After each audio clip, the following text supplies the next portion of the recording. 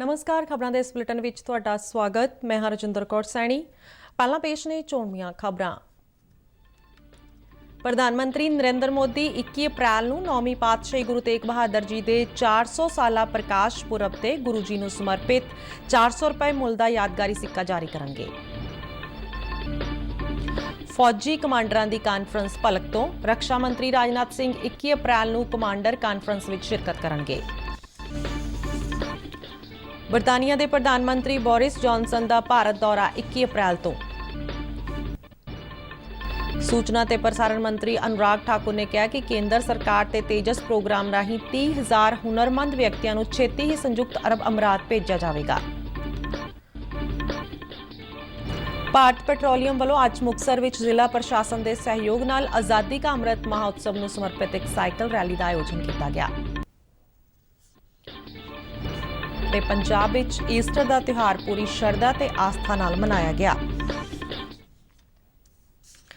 ਤੇ ਹੁਣ ਖਬਰਾਂ ਵਿਸਥਾਰ ਨਾਲ। 9ਵੀਂ ਪਾਤਸ਼ਾਹੀ ਸ੍ਰੀ ਗੁਰੂ ਤੇਗ ਬਹਾਦਰ ਜੀ ਦੇ 400 ਸਾਲਾ ਪ੍ਰਕਾਸ਼ ਪੁਰਬ ਮੌਕੇ ਕੇਂਦਰ ਸਰਕਾਰ ਦਿੱਲੀ ਸਿੱਖ ਗੁਰਦੁਆਰਾ ਪ੍ਰਬੰਧਕ ਕਮੇਟੀ ਦੇ ਤਾਲਮੇਲ ਨਾਲ 20 ਅਤੇ 21 ਅਪ੍ਰੈਲ ਨੂੰ ਦਿੱਲੀ ਦੇ ਇਤਿਹਾਸਕ ਲਾਲ ਕਿਲੇ ਦੇ ਮੈਦਾਨ ਵਿੱਚ 2 ਦਿਨਾਂ ਯਾਦਗਾਰੀ ਸਮਾਗਮ ਆਯੋਜਿਤ ਕਰੇਗੀ। ਪ੍ਰਧਾਨ ਮੰਤਰੀ ਨਰਿੰਦਰ ਮੋਦੀ ਅਤੇ ਗ੍ਰਹਿ ਮੰਤਰੀ ਅਮਿਤ ਸ਼ਾਹ ਵੀ ਇਨ੍ਹਾਂ ਸਮਾਗਮਾਂ ਵਿੱਚ ਹਿੱਸਾ ਲੈਣਗੇ। ਪ੍ਰਧਾਨ ਮੰਤਰੀ ਨਰਿੰਦਰ ਮੋਦੀ 21 ਅਪ੍ਰੈਲ ਨੂੰ 9ਵੀਂ ਪਾਤਸ਼ਾਹੀ ਦੀ ਯਾਦ ਨੂੰ ਸਮਰਪਿਤ ਇੱਕ ਯਾਦਗਾਰੀ ਸਿੱਕਾ ਅਤੇ ਡਾਕ ਟਿਕਟ ਜਾਰੀ ਕਰਨਗੇ। ਪ੍ਰਧਾਨ ਮੰਤਰੀ ਨਰਿੰਦਰ ਮੋਦੀ ਵੱਲੋਂ ਜਾਰੀ ਕੀਤਾ ਜਾਣ ਵਾਲਾ ਯਾਦਗਾਰੀ ਸਿੱਕਾ ਉਹਨਾਂ ਦੇ 400 ਸਾਲਾ ਪ੍ਰਕਾਸ਼ ਪੁਰਬ ਨੂੰ ਸਮਰਪਿਤ 400 ਰੁਪਏ ਦੇ ਮੁੱਲ ਦਾ ਹੀ ਸਿੱਕਾ ਹੋਏਗਾ, ਜਿਸ ਦੇ ਇੱਕ ਪਾਸੇ ਗੁਰ ਕੇ ਮਹਿਲ ਅੰਮ੍ਰਿਤਸਰ ਦੀ ਤਸਵੀਰ ਹੋਏਗੀ ਜੋ ਕਿ 9ਵੀਂ ਪਾਤਸ਼ਾਹੀ ਦੀ ਜਨਮ ਸਥਲੀ ਨੂੰ ਦਰਸਾਏਗੀ ਅਤੇ ਸਿੱਕੇ ਦੇ ਦੂਜੇ ਪਾਸੇ ਗੁਰੂ ਜੀ ਦੀ ਪ੍ਰਕਾਸ਼ ਪੁਰਬ ਨੂੰ ਸਮਰਪਿਤ ਲਿਖਤਾਂ ਹੋਣਗੀਆਂ। ਕੇਂਦਰੀ ਗ੍ਰਹਿ ਮੰਤਰੀ ਅਮਿਤ ਸ਼ਾਹ 20 ਅਪ੍ਰੈਲ ਤੋਂ ਸ਼ੁਰੂ ਹੋਣ ਵਾਲੇ ਸਮਾਗਮ ਵਿੱਚ ਹਿੱਸਾ ਲੈਣਗੇ ਅਤੇ ਪ੍ਰਧਾਨ ਮੰਤਰੀ ਨਰਿੰਦਰ ਮੋਦੀ 21 ਅਪ੍ਰੈਲ ਨੂੰ ਵਿਧੀਵਤ ਤੌਰ ਤੇ ਸਮਾਗਮ ਦਾ ਉਦਘਾਟਨ ਕਰਨਗੇ। ਇਨ੍ਹਾਂ 2 ਦਿਨਾਂ ਸਮਾਗਮਾਂ ਵਿੱਚ 400 ਰਾਗੀ ਸ਼ਬਦ ਕੀਰਤਨ ਕਰਨਗੇ। ਪ੍ਰਧਾਨ ਮੰਤਰੀ ਇਸ ਮੌਕੇ ਜੁੜੀ ਸੰਗਤ ਨੂੰ ਵੀ ਸੰਬੋਧਨ ਕਰਨਗੇ। ਸ਼੍ਰੀ ਗੁਰੂ ਤੇਗ ਬਹਾਦਰ ਜੀ ਦਾ ਜਨਮ 1621 ਨੂੰ ਅੰਮ੍ਰਿਤਸਰ ਦੇ ਗੁਰ ਕੇ ਮਹਿਲ ਵਿੱਚ ਹੋਇਆ ਸੀ ਅਤੇ ਮੁਗਲ ਸਮਰਾਟ ਔਰੰਗਜ਼ੇਬ ਦੇ ਹੁਕਮਾਂ ਤੇ ਦਿੱਲੀ ਦੇ ਚਾਂਦਨੀ ਚੌਂਕ ਵਿੱਚ ਉਹਨਾਂ ਨੂੰ 1675 ਵਿੱਚ ਸ਼ਹੀਦ ਕਰ ਦਿੱਤਾ ਗਿਆ ਸੀ। ਉਹਨਾਂ ਦੀ ਸ਼ਹਾਦਤ ਵਾਲੀ ਇਸ ਪਵਿੱਤਰ ਥਾਂ ਤੇ ਇਤਿਹਾਸਕ ਗੁਰਦੁਆਰਾ ਸ਼੍ਰੀ ਸੀਸਗੰਜ ਸਾਹਿਬ ਸਥਿਤ ਹੈ। ਨਵੀਂ ਦਿੱਲੀ ਵਿੱਚ ਭਲਕੇ ਫੌਜੀ ਕਮਾਂਡਰਾਂ ਦੀ ਕਾਨਫਰੰਸ ਸ਼ੁਰੂ ਹੋ ਰਹੀ ਹੈ। ਫੌਜੀ ਕਮਾਂਡਰਾਂ ਦੀ ਕਾਨਫਰੰਸ ਸਾਲ ਵਿੱਚ 2 ਵਾਰ ਅਪ੍ਰੈਲ ਤੇ ਅਕਤੂਬਰ ਮਹੀਨੇ ਵਿੱਚ ਕਰਵਾਈ ਜਾਂਦੀ ਹੈ। ਇਸ ਵਾਰ ਇਹ ਕਾਨਫਰੰਸ 18 ਤੋਂ 22 ਅਪ੍ਰੈਲ ਤੱਕ ਕਰਵਾਈ ਜਾ ਰਹੀ ਹੈ, ਜਿਸ ਦੌਰਾਨ ਅਹਿਮ ਵਿਸ਼ਿਆਂ ਤੇ ਵਿਸਥਾਰਤ ਚਰਚਾ ਹੋਣ ਦੀ ਸੰਭਾਵਨਾ ਹੈ, ਜਿਸ ਮਗਰੋਂ ਭਾਰਤੀ ਫੌਜ ਲਈ ਮਹੱਤਵਪੂਰਨ ਨੀਤੀਗਤ ਫੈਸਲੇ ਲਏ ਜਾਣਗੇ। ਇਸ ਕਾਨਫਰੰਸ ਦੌਰਾਨ ਭਾਰਤੀ ਫੌਜ ਦੇ ਸੀਨੀਅਰ ਅਧਿਕਾਰੀ ਸਰਹੱਦਾਂ ਤੇ ਫੌਜ ਦੀ ਤੈਨਾਤੀ ਅਤੇ ਸੰਚਾਲਨ, ਸੰਘਰਸ਼ ਵਾਲੀਆਂ ਥਾਵਾਂ ਤੇ ਵੰਗਾਰਾਂ ਦਾ ਜਾਇਜ਼ਾ ਲੈਣ ਦੇ ਨਾਲ-ਨਾਲ ਭਾਰਤੀ ਫੌਜ ਦੇ ਸਮਰੱਥਾ ਵਿਕਾਸ ਅਤੇ ਫੌਜ ਦੀਆਂ ਤਿਆਰੀਆਂ ਦੀਆਂ ਯੋਜਨਾਵਾਂ ਤੇ ਕੇਂਦਰਿਤ ਵਿਚਾਰ ਚਰਚਾ ਕਰਨਗੇ। ਇਸ ਤੋਂ ਇਲਾਵਾ ਸਵਦੇਸ਼ੀ ਯੋਜਨਾ ਰਾਹੀਂ ਫੌਜ ਦਾ ਆਧੁਨਿਕੀਕਰਨ, ਸਰਹੱਦੀ ਖੇਤਰਾਂ ਵਿੱਚ ਮੂਲ ਢਾਂਚਾ ਵਿਕਾਸ ਅਤੇ ਫੌਜ ਵਿੱਚ ਆਧੁਨਿਕ ਤਕਨਾਲੋਜੀ ਦੇ ਇਸਤੇਮਾਲ ਆਦਿ ਤੇ ਵਿਆਪਕ ਚਰਚਾ ਹੋਏਗੀ। ਭਾਰਤੀ ਫੌਜ ਦੇ ਸੀਨੀਅਰ ਕਮਾਂਡਰ ਖੇਤਰੀ ਕਮਾਂਡਰਾਂ ਵੱਲੋਂ ਤਿਆਰ ਕੀਤੇ ਗਏ ਏਜੰਡੇ ਦੇ ਵੱਖ-ਵੱਖ ਬਿੰਦੂਆਂ ਤੇ ਚਰਚਾ ਕਰਨਗੇ। ਰੱਖਿਆ ਮੰਤਰੀ ਰਾਜਨਾਥ ਸਿੰਘ 21 ਅਪ੍ਰੈਲ ਨੂੰ ਇਸ ਕਾਨਫਰੰਸ ਵਿੱਚ ਸ਼ਿਰਕਤ ਕਰਨਗੇ। ਕਮਾਂਡਰਾਂ ਦੀ ਕਾਨਫਰੰਸ ਦੌਰਾਨ ਭਾਰਤੀ ਫੌਜ ਦੇ ਸੀਨੀਅਰ ਅਧਿਕਾਰੀਆਂ ਨੂੰ ਫੌਜੀ ਮਾਮਲਿਆਂ ਵਿਭਾਗ ਅਤੇ ਰੱਖਿਆ ਵਿਭਾਗ ਦੇ ਉੱਚ ਅਧਿਕਾਰੀਆਂ ਨਾਲ ਗੱਲਬਾਤ ਕਰਨ ਦਾ ਵੀ ਮੌਕਾ ਮਿਲਦਾ ਹੈ। ਬਰਤਾਨੀਆ ਦੇ ਪ੍ਰਧਾਨ ਮੰਤਰੀ ਬੋਰਿਸ ਜੌਨਸਨ ਨੇ ਕਿਹਾ ਹੈ ਕਿ ਭਾਰਤ ਬਰਤਾਨੀਆ ਦਾ ਇੱਕ ਮਹੱਤਵਪੂਰਨ ਰਣਨੀਤਿਕ ਭਾਈਵਾਲ ਹੈ। ਯੂਕਰੇਨ ਦੇ ਰਾਸ਼ਟਰਪਤੀ ਜ਼ੈਲੈਂਸਕੀ ਨਾਲ ਕੀਵ ਵਿੱਚ ਮੁਲਾਕਾਤ ਕਰਨ ਦੇ ਕਈ ਦਿਨਾਂ ਬਾਅਦ ਜੌਨਸਨ ਭਾਰਤ ਨਾਲ ਸਬੰਧਾਂ ਨੂੰ ਹੁਲਾਰਾ ਦੇਣ ਦੇ ਮਕਸਦ ਨਾਲ 21 ਅਪ੍ਰੈਲ ਨੂੰ ਭਾਰਤ ਦੀ ਯਾਤਰਾ ਕਰ ਰਹੇ ਨੇ। ਜੌਨਸਨ ਨੇ ਕਿਹਾ ਕਿ ਭਾਰਤ ਇੱਕ ਮੁੱਖ ਉੱਭਰਦਾ ਹੋਇਆ ਅਰਥਚਾਰਾ ਹੈ ਅਤੇ ਬਰਤਾਨੀਆ ਲਈ ਇੱਕ ਬਹੁਤ ਹੀ ਮਹੱਤਵਪੂਰਨ ਰਣਨੀਤਿਕ ਭਾਈਵਾਲ ਹੈ। ਜੌਨਸਨ 21 ਅਪ੍ਰੈਲ ਨੂੰ ਅਹਿਮਦਾਬਾਦ ਤੋਂ ਆਪਣੀ ਯਾਤਰਾ ਸ਼ੁਰੂ ਕਰਨਗੇ ਅਤੇ ਉੱਥੇ ਉਹ ਭਾਰਤ ਦੇ ਮੁੱਖ ਉਦਯੋਗਪਤੀਆਂ ਅਤੇ ਕਾਰੋਬਾਰੀਆਂ ਨਾਲ ਮੁਲਾਕਾਤ ਕਰਨਗੇ। 20 ਅਪ੍ਰੈਲ ਨੂੰ ਉਹ ਨਵੀਂ ਦਿੱਲੀ ਵਿੱਚ ਪ੍ਰਧਾਨ ਮੰਤਰੀ ਨਰਿੰਦਰ ਮੋਦੀ ਨਾਲ ਮੁਲਾਕਾਤ ਕਰਨਗੇ ਅਤੇ ਦੁਵੱਲੇ ਰਣਨੀਤਿਕ, ਰੱਖਿਆ, ਕੂਟਨੀਤਿਕ ਅਤੇ ਆਰਥਿਕ ਭਾਈਵਾਲੀ ਦੇ ਮੁੱਦਿਆਂ ਤੇ ਵਿਚਾਰ ਵਟਾਂਦਰੇ ਕਰਨਗੇ। ਜੌਨਸਨ ਨੇ ਕਿਹਾ ਕਿ ਉਹਨਾਂ ਦਾ ਭਾਰਤ ਦੌਰਾ ਦੋਹਾਂ ਦੇਸ਼ਾਂ ਵਿਚਾਲੇ ਸਬੰਧਾਂ ਨੂੰ ਮਜ਼ਬੂਤ ਕਰਨ, ਨੌਕਰੀਆਂ ਦੀ ਸਿਰਜਣਾ ਅਤੇ ਆਰਥਿਕ ਤਰੱਕੀ ਤੋਂ ਇਲਾਵਾ ਊਰਜਾ, ਸੁਰੱਖਿਆ ਤੇ ਰੱਖਿਆ ਦੇ ਖੇਤਰਾਂ ਵਿੱਚ ਦੁਵੱਲੇ ਸਹਿਯੋਗ ਤੇ ਆਧਾਰਿਤ ਹੋਏਗਾ। ਮੌਰੀਸ਼ਸ ਦੇ ਪ੍ਰਧਾਨ ਮੰਤਰੀ ਪ੍ਰਵਿੰਦ ਕੁਮਾਰ ਜਗਨਨਾਥ ਅੱਜ ਸਵੇਰੇ ਭਾਰਤ ਦੇ 8 ਦਿਨਾਂ ਦੌਰੇ ਤੇ ਮੁੰਬਈ ਪਹੁੰਚੇ। ਉਹ ਆਪਣੀ ਧਰਮ ਪਤਨੀ ਕੋਵਿਤਾ ਜਗਨਨਾਥ ਅਤੇ ਇੱਕ ਉੱਚ ਪੱਧਰੀ ਵਫਦ ਨਾਲ ਪ੍ਰਧਾਨ ਮੰਤਰੀ ਨਰਿੰਦਰ ਮੋਦੀ ਦੇ ਸੱਦੇ ਤੇ ਭਾਰਤ ਦੀ ਯਾਤਰਾ ਤੇ ਆਏ ਨੇ। 19 ਅਪ੍ਰੈਲ ਨੂੰ ਗੁਜਰਾਤ ਦੇ ਜਾਮਨਗਰ ਵਿੱਚ ਵਿਸ਼ਵ ਸਿਹਤ ਸੰਗਠਨ ਦੇ ਰਵਾਇਤੀ ਦਵਾਈਆਂ ਦੇ ਵਿਸ਼ਵ ਪੱਧਰੀ ਕੇਂਦਰ ਦੇ ਨੀਂਹ ਪੱਥਰ ਸਮਾਗਮ ਵਿੱਚ ਹਿੱਸਾ ਲੈਣਗੇ ਅਤੇ 20 ਅਪ੍ਰੈਲ ਨੂੰ ਗਾਂਧੀਨਗਰ ਨਵੀਨਤਾਕਾਰੀ ਸੰਮੇਲਨ ਵਿੱਚ ਸ਼ਿਰਕਤ ਕਰਨਗੇ। ਇਸ ਤੋਂ ਇਲਾਵਾ ਉਹ ਵਾਰਾਣਸੀ ਦੇ ਦੌਰੇ ਤੇ ਵੀ ਜਾਣਗੇ। ਸੂਚਨਾ ਤੇ ਪ੍ਰਸਾਰਣ ਮੰਤਰੀ ਅਨੁਰਾਗ ਠਾਕੁਰ ਨੇ ਕਿਹਾ ਕਿ ਆਉਣ ਵਾਲੇ ਦਿਨਾਂ ਵਿੱਚ ਭਾਰਤ ਤੋਂ ਕੇਂਦਰ ਸਰਕਾਰ ਦੇ ਤੇਜਸ ਪ੍ਰੋਗਰਾਮ ਰਾਹੀਂ 30,000 ਦੇ ਕਰੀਬ ਹੁਨਰਮੰਦ ਮਨੁੱਖੀ ਸ਼ਕਤੀ ਨੂੰ ਸੰਯੁਕਤ ਅਰਬ ਅਮਰਾਤ ਵਿੱਚ ਭੇਜਿਆ ਜਾਏਗੀ। ਮੁੰਬਈ ਵਿੱਚ ਅੱਜ 40ਵੇਂ ਹੁਨਰ ਹਾਟ ਦਾ ਉਦਘਾਟਨ ਕਰਨ ਉਪਰੰਤ ਇੱਕ ਗੱਠ ਨੂੰ ਸੰਬੋਧਨ ਕਰਦਿਆਂ ਠਾਕੁਰ ਨੇ ਕਿਹਾ ਕਿ ਕਾਰੀਗਰਾਂ ਅਤੇ ਦਸਤਕਾਰਾਂ ਨੂੰ ਅਪੀਲ ਕੀਤੀ ਹੈ ਕਿ ਉਹ OTT ਪਲੇਟਫਾਰਮਾਂ ਤੇ ਆਪਣੇ ਉਤਪਾਦਾਂ ਨੂੰ ਲਾਂਚ ਕਰਨ ਤਾਂ ਜੋ ਉਹਨਾਂ ਦੇ ਉਤਪਾਦਾਂ ਨੂੰ ਵਿਦੇਸ਼ੀ ਬਾਜ਼ਾਰਾਂ ਵਿੱਚ ਭੇਜਣ ਵਿੱਚ ਮਦਦ ਮਿਲ ਸਕੇ। ਉਹਨਾਂ ਕਿਹਾ ਕਿ ਹੁਨਰ ਹਾਟ ਫੋਕਲ ਫਾਰ ਲੋਕਲ ਨੂੰ ਹੋਰ ਵਧੇਰੇ ਉਤਸ਼ਾਹਿਤ ਕਰ ਰਹੀ ਹੈ। प्रधानमंत्री जी ने ही पहला हुनर हाट का उद्घाटन किया था। मोदी जी जब एक से दूसरे स्टॉल पर जाते थे तो किस राज्य के किस प्रोडक्ट के बारे में जानकारी जो देश के लोगों में नहीं होती थी वो भी अंतर्राष्ट्रीय स्तर तक पहुंचाने का काम किया है। ਅਨੁਰਾਗ ਠਾਕੁਰ ਨੇ ਘੱਟ ਗਿਣਤੀ ਮਾਮਲਿਆਂ ਬਾਰੇ ਮੰਤਰੀ ਮੁਖਤਾਰ ਅਬਾਸ ਨਕਵੀ ਨੂੰ ਕਿਹਾ ਕਿ ਉਹ ਮੁੰਬਈ ਦੇ ਪ੍ਰਾਈਵੇਟ ਅਤੇ ਸਰਕਾਰੀ ਸਕੂਲਾਂ ਦੇ ਵਿਦਿਆਰਥੀਆਂ ਨੂੰ ਹੁਨਰ ਹਾਟ ਵਿੱਚ ਸ਼ਾਮਲ ਹੋਣ ਦਾ ਸੱਦਾ ਦੇਣ ਤਾਂ ਜੋ ਨਕਾਰਾ ਚੀਜ਼ਾਂ ਨੂੰ ਵਧੀਆ ਢੰਗ ਨਾਲ ਘੜਨ ਦੇ ਪ੍ਰਦਰਸ਼ਨ ਨੂੰ ਦੇਖ ਸਕਣ। ਉਹਨਾਂ ਕਿਹਾ ਕਿ ਹੁਨਰ ਹਾਟ ਤੋਂ ਉਹਨਾਂ ਨੂੰ ਜਿੱਥੇ ਨਕਾਰਾ ਚੀਜ਼ਾਂ ਨੂੰ ਵਧੀਆ ਢੰਗ ਨਾਲ ਮੁੜ ਤੋਂ ਘੜਨ ਬਾਰੇ ਇੱਕ ਨਵਾਂ ਤਜਰਬਾ ਹਾਸਲ ਹੋਇਆ, ਉੱਥੇ ਹੀ ਉਹਨਾਂ ਨੂੰ ਆਪਣੀ ਪ੍ਰਤਿਭਾ ਨਿਖਾਰਨ ਦਾ ਮੌਕਾ ਵੀ ਮਿਲੇਗਾ। ਠਾਕੁਰ ਨੇ ਕਿਹਾ ਕਿ ਹੁਨਰ ਹਾਟ ਦੇ ਅਗਲੇ 35 ਪ੍ਰੋਗਰਾਮਾਂ ਨਾਲ ਲੱਖਾਂ ਦੀ ਗਿਣਤੀ ਵਿੱਚ ਨੌਜਵਾਨਾਂ ਨੂੰ ਸਿਖਲਾਈ ਦਿੱਤੀ ਜਾ ਸਕੇਗੀ।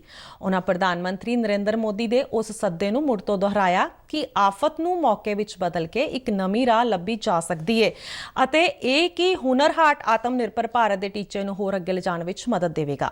ਉਹਨਾਂ ਕਿਹਾ ਕਿ 2016 ਵਿੱਚ ਲਾਂਚ ਕੀਤੇ ਗਏ ਹੁਨਰ ਹਾਟ ਪ੍ਰੋਗਰਾਮ ਰਾਹੀਂ ਹੁਣ ਤੱਕ ਦੇਸ਼ ਦੇ ਪੇਂਡੂ ਇਲਾਕਿਆਂ ਦੇ 9 ਲੱਖ ਤੋਂ ਵੱਧ ਕਾਰੀਗਰਾਂ ਅਤੇ ਦਸਤਕਾਰਾਂ ਲਈ ਰੋਜ਼ਗਾਰ ਦੇ ਮੌਕੇ ਪੈਦਾ ਕੀਤੇ ਗਏ ਨੇ। ਪ੍ਰਧਾਨ ਮੰਤਰੀ ਨਰਿੰਦਰ ਮੋਦੀ ਨੇ ਅੱਜ ਸਾਬਕਾ ਪ੍ਰਧਾਨ ਮੰਤਰੀ ਚੰਦਰ ਸ਼ੇਖਰ ਨੂੰ ਉਹਨਾਂ ਦੀ ਜਯੰਤੀ ਤੇ ਸ਼ਰਧਾਂਜਲੀ ਭੇਂਟ ਕੀਤੀ।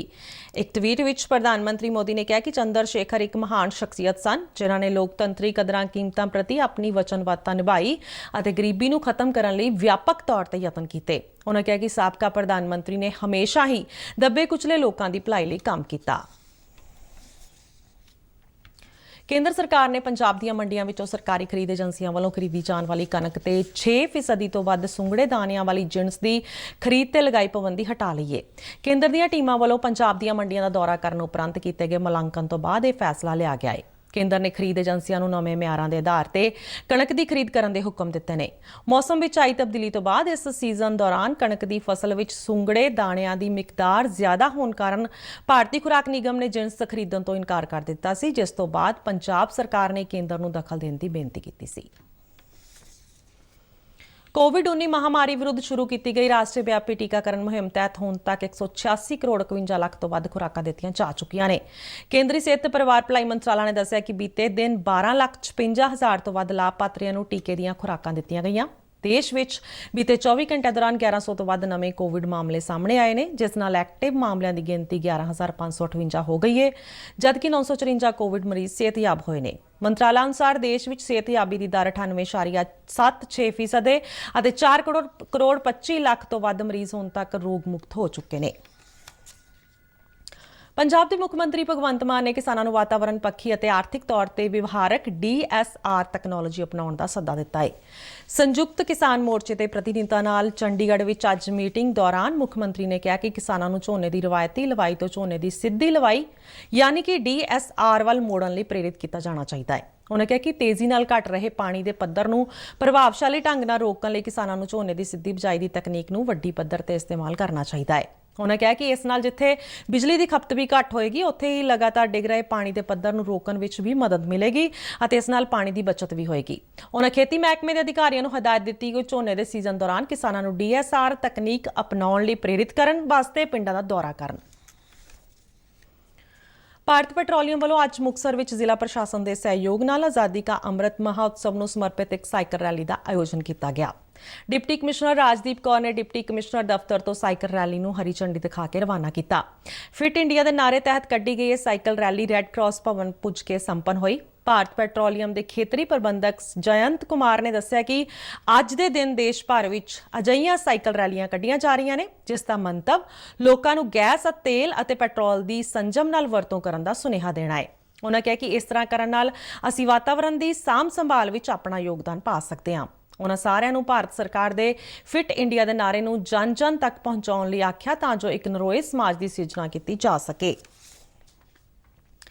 ਅੱਜ ਦੇਸ਼ ਦੇ ਬਾਕੀ ਹਿੱਸਿਆਂ ਵਾਂਗ ਪੰਜਾਬ ਵਿੱਚ ਵੀ ਈਸਟਰ ਦਾ ਤਿਉਹਾਰ ਪੂਰੀ ਧਾਰਮਿਕ ਸ਼ਰਧਾ ਤੇ ਉਤਸ਼ਾਹ ਨਾਲ ਮਨਾਇਆ ਗਿਆ।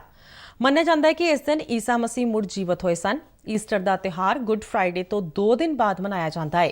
ਈਸਟਰ ਮੌਕੇ ਮੋਹਾਲੀ ਦੇ ਵੱਖ-ਵੱਖ ਗਿਰਜਾਘਰਾਂ ਵਿੱਚ ਵਿਸ਼ੇਸ਼ ਸਮਾਗਮ ਕਰਵਾਏ ਗਏ। ਗਿਰਜਾਘਰਾਂ ਨੂੰ ਪ੍ਰਭੂ ਯਿਸੂ ਮਸੀਹ ਦੇ ਸਵਾਗਤ ਵਜੋਂ ਖੂਬਸੂਰਤ ਢੰਗ ਨਾਲ ਸਜਾਇਆ ਗਿਆ ਸੀ। ਇਸ ਮੌਕੇ ਪਵਿੱਤਰ ਬਾਈਬਲ ਦੀਆਂ ਆਇਤਾਂ ਦਾ ਪਾਠ ਕੀਤਾ ਗਿਆ। ਸ਼ਰਧਾਲੂਆਂ ਨੇ ਗਿਟਾਰ ਦੀ ਧੁਨ ਤੇ ਪ੍ਰਭੂ ਦੀ ਮਹਿਮਾ ਦਾ ਗੁਣਗਾਨ ਕੀਤਾ ਤੇ ਸਮੂਹ ਗੀਤ ਗਾਏ। ਅੱਜ ਦੇ ਦਿਨ ਲੰਗਰ ਵੀ ਲਗਾਏ ਗਏ। ਮੋਹਾਲੀ ਦੇ CNI ਚਰਚ ਦੇ ਪਾਸਟਰ ਮੱਖਣ ਮਸੀਹ ਨੇ ਆਪਣੇ ਪ੍ਰਵਚਨ ਦੌਰਾਨ ਸੱਚਾਈ ਅਤੇ ਮਨੁੱਖਤਾ ਦੀ ਭਲਾਈ ਦਾ ਸੁਨੇਹਾ ਦਿੰਦਿਆਂ ਪ੍ਰਭੂ ਯਿਸੂ ਮਸੀਹ ਦੇ ਜੀਵਨ ਅਤੇ ਕੁਰਬਾਨੀਆਂ ਉੱਤੇ ਚਾਨਣਾ ਪਾਇਆ।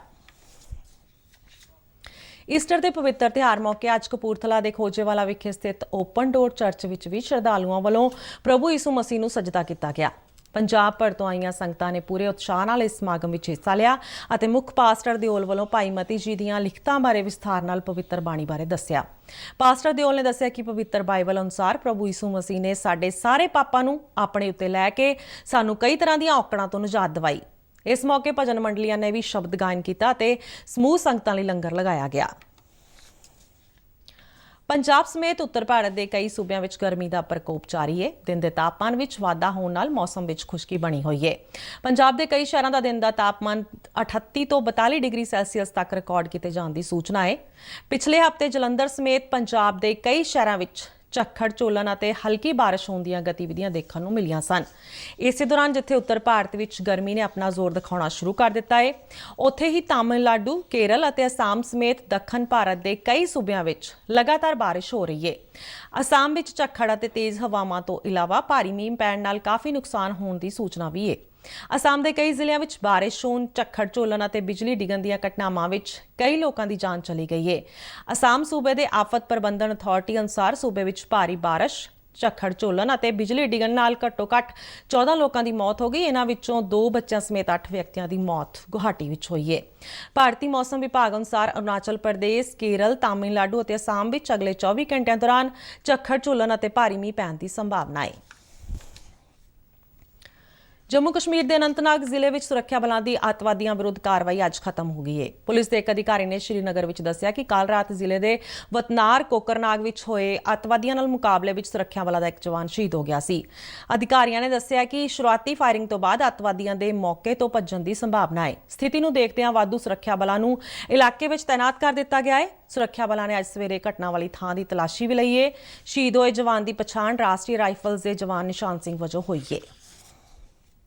ਖਬਰਾਂ ਦੇ ਬੁਲੇਟਿਨ ਸਾਡੇ ਦਰਸ਼ਕ RNUDDK ਜਲੰਧਰ ਦੇ YouTube ਚੈਨਲ, Facebook ਪੇਜ ਤੇ Twitter ਹੈਂਡਲ ਤੇ ਵੀ ਦੇਖ ਸਕਦੇ ਨੇ। ਤੇ ਬੁਲੇਟਿਨ ਦੇ ਅੰਤ ਵਿੱਚ ਚੋਣਵੀਆਂ ਖਬਰਾਂ ਇੱਕ ਵਾਰ ਫਿਰ ਤੋਂ। ਪ੍ਰਧਾਨ ਮੰਤਰੀ ਨਰਿੰਦਰ ਮੋਦੀ 21 ਅਪ੍ਰੈਲ ਨੂੰ 9ਵੀਂ ਪਾਤਸ਼ਾਹੀ ਗੁਰੂ ਤੇਗ ਬਹਾਦਰ ਜੀ ਦੇ 400 ਸਾਲਾ ਪ੍ਰਕਾਸ਼ ਪੁਰਬ ਤੇ ਗੁਰੂ ਜੀ ਨੂੰ ਸਮਰਪਿਤ 400 ਰੁਪਏ ਮੁੱਲ ਦਾ ਯਾਦਗਾਰੀ ਸਿੱਕਾ ਜਾਰੀ ਕਰਨਗੇ। ਫੌਜੀ ਕਮਾਂਡਰਾਂ ਦੀ ਕਾਨਫਰੰਸ ਭਲਕ ਤੋਂ।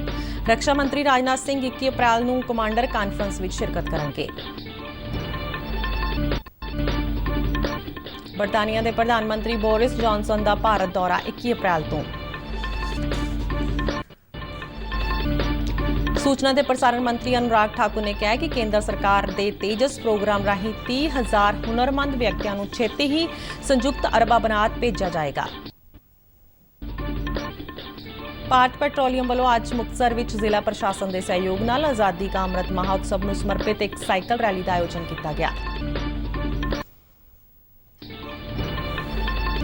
ਤੇ ਪੰਜਾਬ ਵਿੱਚ ਈਸਟਰ ਦਾ ਤਿਉਹਾਰ ਪੂਰੀ ਸ਼ਰਧਾ ਤੇ ਆਸਥਾ ਨਾਲ ਮਨਾਇਆ ਗਿਆ। ਤੇ ਇਸ ਨਾਲ ਹੀ ਖਬਰਾਂ ਦਾ ਬੁਲੇਟਿਨ ਖਤਮ ਹੁੰਦਾ ਹੈ। ਮੈਂ ਮਾਸਕ ਲਗਾ ਕੇ ਸਟੂਡੀਓ ਤੋਂ ਬਾਹਰ ਜਾ ਰਹੀ ਹਾਂ। ਬਾਹਰ ਜਾਣ ਵੇਲੇ ਤੁਸੀਂ ਵੀ ਮਾਸਕ ਲਗਾ ਕੇ ਜਾਓ। ਇਜਾਜ਼ਤ ਦਿਓ। ਨਮਸਕਾਰ।